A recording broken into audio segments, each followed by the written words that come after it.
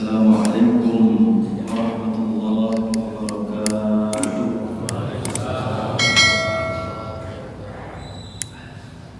Alhamdulillahilladzi amarana bittaqwa.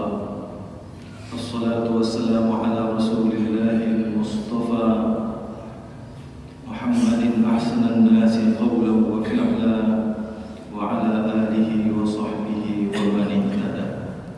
Subhanaka la ilma lana illa ma 'allamtana innaka antal alimul hakim. Rabbi zidni ilma warzuqni fahma. Wa qala Allah jalla wa 'ala fil Qur'anil 'azim. A'udzu billahi minasy syaithanir rajim. Wa ma khalaqtul jinna wal insa illa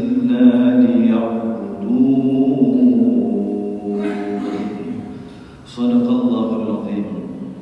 Hamba Allah, jemaah salat subuh rahimakumullah. Segala puji bagi Allah. Kita mengucapkan lafaz alhamdulillah. Telah selesai kita laksanakan salat subuh secara berjamaah. Semoga Allah Zat yang Maha Sempurna, Zat yang Maha Kuasa, menerima ibadah salat subuh yang telah kita laksanakan. Dan semoga juga Allah Jalla wa'ala mengabulkan doa-doa yang telah kita panjatkan kepadanya. Sering kita diingatkan bahwa ada 8 doa yang monumental di dalam solat. Jika ke-8 doa ini telah Allah terima dan semoga Allah sudah menerimanya, maka sudah mencukupi untuk kebaikan hidup kita di dunia dan di akhirat.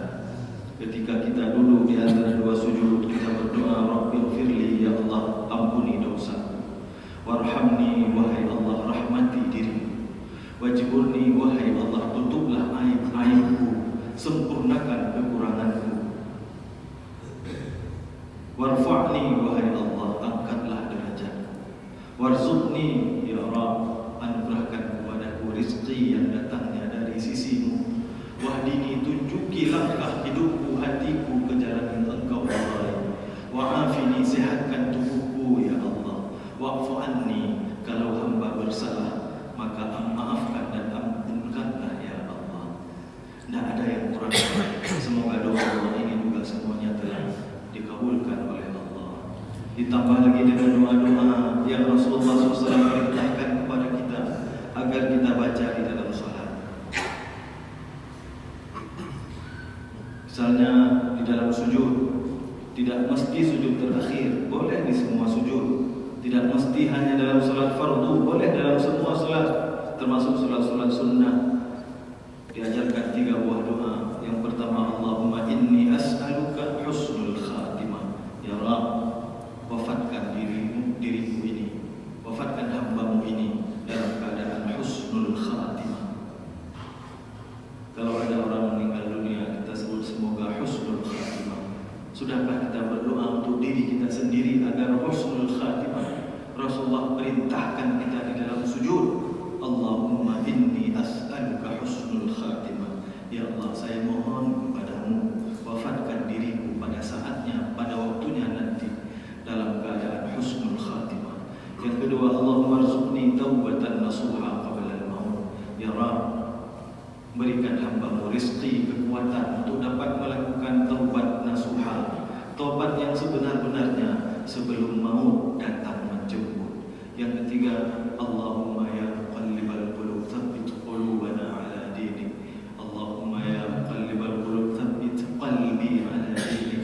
Ya Allah, yang membolak-balikkan hati, teguhkan hatiku di atas agama. Semoga doa ini makbul insyaallah.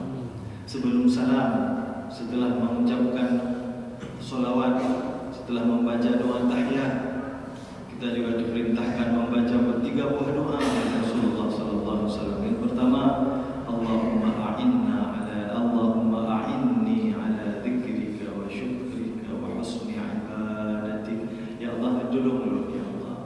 Ya Allah, tolong hambamu ini. A'inna, tolong ya Allah, ala dzikrik, agar senantiasa ingat berzikir kepadamu. Wa syukrika, dan senantiasa bersyukur kepadamu. Wa husni ibadatik, dan senantiasa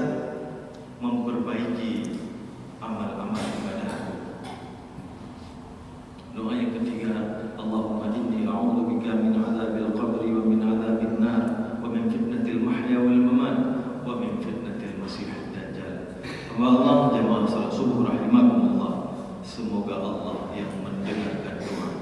Semoga Allah yang mengabulkan seluruh pinta hamba-hambanya, menerima dan mengabulkan seluruh doa dan hajat kita kepadanya. Amin ya rabbal alamin. Hamba Allah, Bapak dan Ibu jemaah salat subuh rahimakumullah. Salat subuh ini ataupun amal-amal soleh kita akan makbul di sisi Allah apabila melampaui beberapa persyaratan. Yang pertama, kita ikhlas kepada Allah. Wa ma umiru illa liya'budullaha mukhlishina lahuddin. Tidaklah kita diperintahkan kecuali hanya untuk beribadah kepada Allah, mengikhlaskan semata-mata agama ini kepada Allah. Kalau imam salat ikhlas, makmumnya ikhlas, di sana ada sebuah kekuatan, di sana ada sebuah cahaya yang akan menerangi kehidupan. Itulah nanti yang Allah sebutkan dalam Al-Quran surat Al-Ankabut ayat 45, Inna salata tanha 'anil fahsya'i wal munkar. Ketika imamnya ikhlas, makmumnya ikhlas melakukan salat secara berjamaah, Allah akan datangkan fadilah, yaitu mudah-mudahan kita mampu mencegah diri kita dan kaum muslimin dalam kehidupan ini dari terjerumus kepada yang fahsyat dan yang munkar. Kemudian yang kedua, baru amal ini diterima oleh Allah seperti salat subuh ini tidak cukup ikhlas saja. Yang kedua, kita harus mengikuti contoh tuntunan dari Rasulullah sallallahu alaihi wasallam. Bagaimana Rasulullah SAW salat, begitu kita salat. Tidak ada contoh lain. Tidak ada contoh lain yang lebih baik dari Rasulullah SAW. Pertanyaannya, sudahkah kita membaca bagaimana Rasulullah SAW salat? Tidak perlu mencontoh kepada yang lain, karena cukuplah Rasulullah SAW sebagai contoh dan lengkap bagaimana beliau melaksanakan salat. Ketika beliau takbir, tangan beliau hadwa mankibai, sejajar arah bahu. Tengok pada dulu ya. Kedua, telapak tangan menghadap kiblat, tidak terlalu dijarangkan, tidak dirapatkan, hadwa mankibai, sejajar arah bahu. Au hadwa udunai, kadang-kadang Nabi sejajar arah telinga. Hanya itu dua tempat. Tidak pernah Nabi tempat lain takbir. Karena Rasulullah yada'uhuma 'ala sadri. Setelah beliau takbir, Rasulullah SAW meletakkan kedua tangan di atas dada. Laisa 'alal baqri, bukan atas perut. Ikhtilas yaqtarisuhu syaitan min salatil 'abdi. Jangan melirik dalam salat. Orang yang melirik dalam salat sebenarnya ada syaitan dalam tubuhnya yang menuntutnya dalam melaksanakan salat. Begitu kata Rasulullah SAW. Fokus kepada tempat sujud. Jemaah salat subuh rahimahullah. Mudah-mudahan kita sudah ikhlas dan mudah-mudahan cara kita salat sudah sesuai dengan tuntunan dari Rasulullah sallallahu alaihi wasallam. Semoga mudah-mudahan amal-amal saleh kita makbul dan diterima oleh Allah Subhanahu wa taala. Jemaah salat subuh rahimahullah. Tadi saya sebutkan surah Al-Ankabut ayat 45. Allah berfirman, wa aqimus shalah, dan tegakkanlah salat. Inna salata tanha 'anil fahsya'i wal munkar. Sesungguhnya salat yang benar itu adalah apabila orang-orang yang telah melaksanakan salat mampu mencegah dirinya dari perbuatan fahsya dan munkar. Tentu Bapak Ibu sekalian, kita bukanlah para nabi yang la ya'sunallaha ma amarahum wa yaf'aluna ma yu'marun, yang tidak pernah berbuat salah. Kita kadang benar, kadang salah. Maka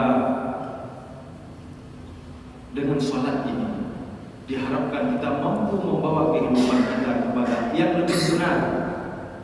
Jangan makin le sembahyang makin le salah. Yang kecil. Makin jemaah ya salat jemaah, makin le bermaksiat. Yang kecil. Kalau sekali-sekali terjatuh, terlupa, tersilap melakukan dosa dan kesalahan, itulah namanya insan nasia, lupa. Tiga kedua Maka ketika lupa cepat-cepat kembali. Orang yang kembali dari kesalahannya, at-taibuna minadz dzambi, orang yang bertobat kembali dari kesalahannya sama dengan orang yang tidak melakukan kesalahan. Jadi fungsi solat ini adalah untuk membentengi kita agar arah kehidupan kita ini condong kepada yang baik, agar kita mampu membentengi diri kita tidak melakukan pekerjaan fahsya dan munkar. Nah, maka sekarang kita coba lihat diri kita sendiri, ya Bapak sekalian. Saya sudah sholat ya Allah, saya sudah melakukan kebaikan, tapi apakah sholat itu sudah mampu membuat kita lebih banyak berbuat baik daripada berbuat buruk? Kalau sudah, alhamdulillah, mudah-mudahan itulah sholat yang diharapkan. Kan berarti 100% juga dari budaya sampai ihram sampai tinggal sampai usaha tapi bukan hanya taqwa pun hanakan. Itu berhenti saja jadi manusia. Silakan jadi malaikat yang tak pernah berbuat salah. Manusia cipta salah. Man lebih salah dengan itu. Nah, hamba Allah jemaah salat subuh rahimahullah. Kemudian solat ini juga diharapkan agar kita mampu untuk berbuat kebaikan-kebaikan yang banyak. Maka mari kita terus solat subuh berjamaah. Mari kita terus melakukan kebaikan. Mari kita terus bersedekah. Mari terus membaca Al-Quran. Terus menerus melakukan banyak kebaikan. Tapi yang jangan, ini yang paling bahaya ini jemaah sekalian. Yang jangan kita merasa telah baik. Banyak saudara kita lihat berbuat kebaikan dan dia merasa dirinya lebih baik dari orang lain. Ketika seseorang merasa dirinya lebih baik dari orang lain, saat itu dia menjadi tidak baik. Al-Quran surah Al-A'raf ayat 12 Allah sebutkan itu. Ketika Allah perintahkan iblis untuk tunduk kepada Adam, apa jawabannya? Iblis, ana khairum minhu. Bagaimana saya harus hormat kepada Adam? Ana khairum minhu, Lord lebih hebat dari Adam. Khalaqtani min nar, engkau ciptakan saya dari api. Wa khalaqtahu min tin, dan engkau ciptakan Adam dari tanah. Sejak saat itu syaitan menjadi makhluk yang terkutuk. Apa sebab syaitan terkutuk? Merasa lebih baik dari Adam. Jadi jangan pernah kita merasa lebih baik dari orang lain. Itu adalah sifat utama syaitan. Sifat syaitan yang paling utama itu dia merasa lebih baik dari orang lain. Maka apabila kalau kita berjumpa dengan orang yang lebih tua, katakan kepadanya dalam hati kita, ya Allah, saudaraku ini lebih tua dariku, ya Allah. Tentu ya Allah, kebaikan-kebaikannya lebih banyak dari kebaikan diri. Jika kita berjumpa dengan anak-anak muda, kita katakan, ya Allah, anak muda ini jauh lebih baik dariku, ya Allah. Karena usianya lebih pendek, masih muda dari usianya. Tentu ya Rabb, dosa-dosanya lebih sedikit dari dosa-dosa diri. Kita tidak pernah merasa lebih baik dari orang lain. Jumpa orang tua lebih baik. Jumpa anak muda lebih baik. Kita tetap merasa tidak lebih baik. Karena kita merasa tidak lebih baik, muncul semangat, muncul motivasi untuk melakukan kebaikan berikutnya. Man juga merasa agak karena apa di dalamnya? Udah merasa baik, tinggal tu ada dengan jemaah anak putih tapi tetap biar jemaah. Tinggal tu karena buku ada juga. Ada rukhsah yang syar'i, seperti kita pergi ke undangan. Sekarang kan sudah banyak, sedang musim undangan ini. Undangan itu wajib datang. Kata Nabi, faliyatiha, wajib kau datang. Undangan walimah tapi karena dalam hadis disebut apabila kau diundang walimah faliyatiha. Tapi bersyarat. Syaratnya yang pertama, walimah itu dibuat oleh seorang muslim. Kalau yang buat orang kafir, maka mubah datang. kalau di sana ada maksiat tidak boleh datang.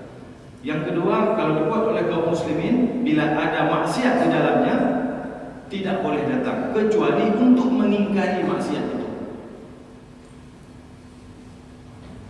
Yang ketiga, diundang resmi lewat surat, lewat telepon, lewat WA atau lewat lisan secara langsung.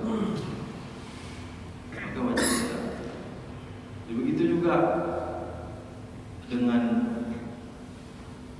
kita hamba Allah sekalian. Mudah-mudahan syarat-syarat dalam kehidupan yang telah disebutkan tadi bisa kita penuhi sehingga kita menjadi hamba Allah yang baik, tidak merasa kita lebih baik dari orang lain. Yang penting cukup menunggu. Jadi kalaupun saya tidak melanjutkan ceramah lagi, sudah sampai di sini ceramahnya. Itu saja intinya. Pagi ini, subuh ini, satu pengetahuan yang mesti kita aplikasikan dalam kehidupan. Jangan pernah kita merasa lebih baik dari orang lain. Suami jangan pernah merasa lebih baik dari istri. Kalau merasa, pasti nggak kompak rumah tangga itu. Istri jangan merasa lebih baik dari suami. Kalau dia merasa itu, akan terjadi kekacauan di dalamnya. Kepala kantor jangan merasa lebih baik dari stafnya. Stafnya jangan merasa lebih baik dari atasannya. Pemimpin jangan merasa lebih baik dari rakyatnya. Rakyat jangan merasa lebih hebat dari pemimpinnya. Semua merasa orang lain lebih berkualitas. Semua merasa orang lain lebih baik. Di sana sebenarnya kehidupan itu menjadi aman. Jadi sekarang kan tidak. Nah, nyoba belum. Mama dulu bebasnya. Karena dia merasa dirinya lebih baik. Hamba Allah jemaah salat subuh rahimahullah. Sekali lagi ingin diingatkan surat Al-A'raf ayat 12 tadi bahwa orang yang merasa lebih baik adalah orang yang mewarisi sifat-sifat syaitan dalam tubuhnya. Semoga Allah melindungi kita dari sifat ini. Jemaah salat subuh rahimahullah, tadi saya bacakan satu ayat dalam Al-Quran surah Az-Zariyat ayat 59, ayat 56. Allah Subhanahu wa taala berfirman, "Wa ma khalaqtul jinna wal insa illa liya'budun." Dalam Al-Quran Allah sering meletakkan dua kalimat nafi. Maka untuk menerjemahkan kita buang dua-duanya. Allah berfirman, "Wa ma khalaqtul jinna wal insa illa." Ada ma, ada illa. Dua-duanya buang. Itulah makna hakikinya. Karena Al-Quran itu memang punya daya i'jaz yang luar biasa. Contoh yang lain Allah sebut, "Wa ma Muhammadun illa rasul." Bukanlah Muhammad itu. Sudah piyunan di mana? Anda dapat pakai illa rasul. Bukanlah Muhammad itu, kan enggak ada arti. Melainkan seorang rasul. Kita buang ma, kita buang illa. Apa artinya? Wa Muhammadun rasul. Dan Muhammad itu rasul. Kita buang ma illa jadi apa? Wa khalaqtul jinna wal insa liya'budun. Allah menciptakan jin dan manusia untuk beribadah kepada-Ku. Begitulah ayat Al-Quran penuh daya i'jaz. Nanti ke kesempatan yang lain kita akan membahas tentang daya i'jaz Al-Quran. Misalnya dalam Al-Quran ada penjumlahan, ada pengurangan. Umur Nabi Nuh Allah sebut dalam Al-Quran, satu-satunya umur Nabi yang Allah sebut umur Nabi Nuh. Bagaimana cara Allah menyebutnya? Alfasanah illa khamsina ama. Umur Nabi Nuh 1000 tahun. Alfasanah 1000 tahun. Illa khamsina ama, dikurang 50. Mengapa Allah tidak langsung sebut 950? Mengapa Allah sebut 1000 dikurang 50? Dalam surat Al-Kahfi ayat 82 Allah menyebut tentang umur Kahfi. 300 tahun. Thumma zdadu tis'a. Ditambah 9 tahun. Kalau tadi dikurang, ini ditambah. Mengapa Allah enggak sebut 309, tapi Allah sebut 300 thumma zdadu tis'a. Tentu itu ada pembelajaran tersendiri yang tidak mungkin disampaikan pada subuh ini karena materinya berbeda. Jamaah salat subuh rahimakumullah. Maka ayat tadi Allah berfirman dalam surah Az-Zariyat ayat 56, "Wa ma khalaqtul jinna wal insa illa liya'budun." Allah menciptakan jin dan manusia adalah untuk menyembah, beribadah kepada Allah. Inilah tujuan hidup. Yang lain-lain dua tegak dua. Ibadah pegangan. Kadang ingat, kadang dua. Tapi kalau tujuan hidup lupa, pasti akan salah jalan. Tujuan hidup tidak ingat, pasti akan keliru dalam menjalani kehidupan. Apa tujuan hidup? Untuk beribadah kepada Allah. Apapun profesi kita, niatkan untuk beribadah kepada Allah. Kalau ini niatnya, insyaAllah selamatlah semua orang di dunia dan di akhirat. Sebagai pedagang, jadi pedagang yang jujur. Kejujuran itu adalah ibadah kita kepada Allah. Kita bekerja sebagai karyawan, menjadi orang yang disiplin, yang jujur, karena disiplin dan kejujuran itu adalah bentuk ibadah kita kepada Allah. Dimanapun kita bekerja, dimanapun kita berada, niatkan sebagai ibadah. Ibu-ibu di rumah bekerja, melakukan pekerjaan-pekerjaan rumah, yang walaupun sebenarnya ibu-ibu pekerjaan rumah itu bukan tugas ibu-ibu. Ini kesempatan saya sampaikan karena ada bapak-bapak. Berapa tugas seorang istri dalam Islam? Melahirkan, satu. Jangan suruh bapak-bapak melahirkan. Yang kedua, menunggu suaminya datang dan melakukan apapun yang diinginkan suaminya di dalam rumahnya. Hatta menyusui bukan kewajiban istri. Coba itu dalam Islam, terhormatnya kaum perempuan. Bila ibu-ibu punya ASI, tidak kasih untuk anak dosa, tidak. Suami wajib cari ibu susuan. Tapi akankah tega seorang yang tak memberi ASI kepada anaknya? Ini masalahnya, kalau tidak diberi dosa, tidak. Suami yang minta ibu susuan. Rasulullah tumbuh dengan ibu susuan. Di sebenarnya dalam Islam ibu-ibu sangat terhormat. Tugasnya hanya melahirkan dan bersolek-solek saja menunggu suaminya datang ke rumahnya. Ini mohon maaf nih kita bapak-bapak, tugas cuci piring, cuci baju, sapu rumah, antar anak, berbelanja, semuanya itu sebenarnya tugasnya suami dalam Islam. Nah, protes nyontar oleh.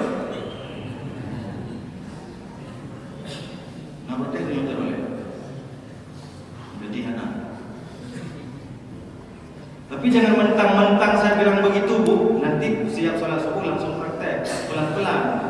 Jangan bang noleh pak rapingan. Bang noleh pun cepat aja. Pelan-pelan. Beginilah seharusnya sehingga istri itu tetap berada cantik di rumahnya. Ini sekarang tidak. Bapak-bapak pergi ke kantor, ibu-ibu lagi cuci baju. Waktu salaman bau sabun. Waktu pulang kantor dengan bersih kot dirubah. Waktu salam bengkok. Waktu pergi kantor bau sabun, pulang bau ikan. Luntur kecintaan kepada istrinya. Kadang kandung parfum macam ragam. Parfum apel, parfum semua parfum ada. Sehingga menggoda, masuk syaitan, terjadilah perselingkuhan. Yang hak, yang halal ditinggalkan, yang tidak hak, yang tidak halal malah diutamakan. Ini yang terjadi di Mandum Jinau. Sebenarnya anak telah urina mandum tanya telah cik. Tak uhai urina itu, mandum tayu urina.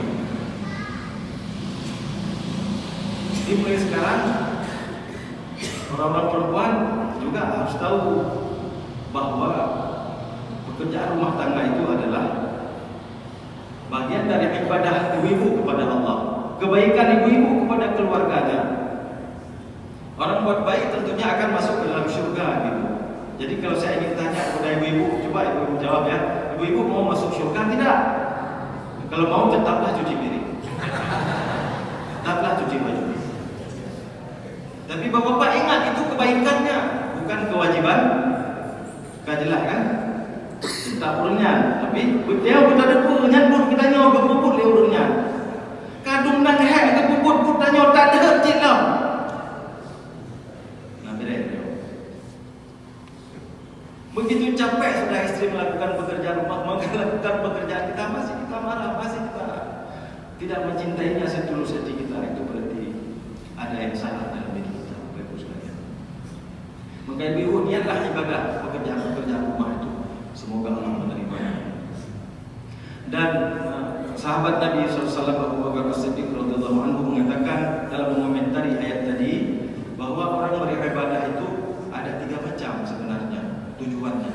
Yang pertama kata Abu Bakar As-Siddiq, sinfun ala sabili khawfi. Ada orang beribadah karena sudah terlalu banyak berbuat dosa. Kalau berbuat dosa mengetahubat, boleh tidak? Boleh. Memang ini disuruh. Apabila engkau mendekat kepada Allah bisyibrin, 1 jengkal, Allah mendekat kepadamu zira'an, 1 hasta. Orang yang mendekat kepada Allah 1 hasta, Allah akan mendekat kepadanya ba'an, 1 debah. Sampai seterusnya. Yang kedua, sinfun ala sabili rajai. Ada orang beribadah karena mengharapkan janji dari Allah. Boleh tidak? Boleh. Apa janji Allah dalam Al-Quran? Beratus-ratus janji. Innal ladzina amanu wa 'amilus solihati lahum jannatun na'im. Innal ladzina amanu wa 'amilus solihati lahum jannatul firdausi nuzula. Itu janji-janji. Boleh, boleh. Allah juga berjanji. Tapi ada yang ketiga. Dan mudah-mudahan kita termasuk kelompok yang ketiga ini.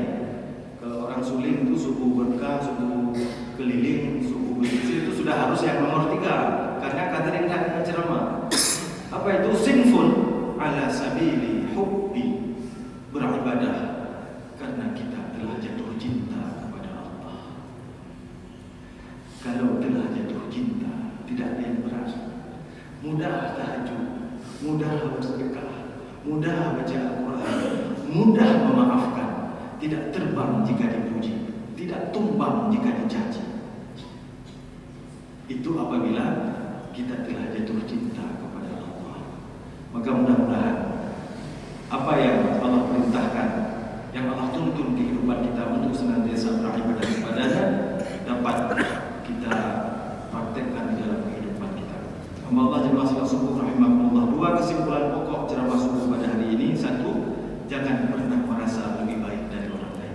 Yang kedua, hiduplah untuk memperbanyak ibadah kepada Allah, pencipta alam semesta ini. Demikian ceramah subuh yang dapat saya sampaikan. Mudah-mudahan yang menyampaikan dan yang mendengarkan sama-sama dapat mengamalkannya. Amin ya rabbal alamin. Subhanallah wa bihamdihi, subhanakallahumma wa bihamdika, asyhadu an la ilaha illa anta, nastaghfiruka wa natubu ilaika.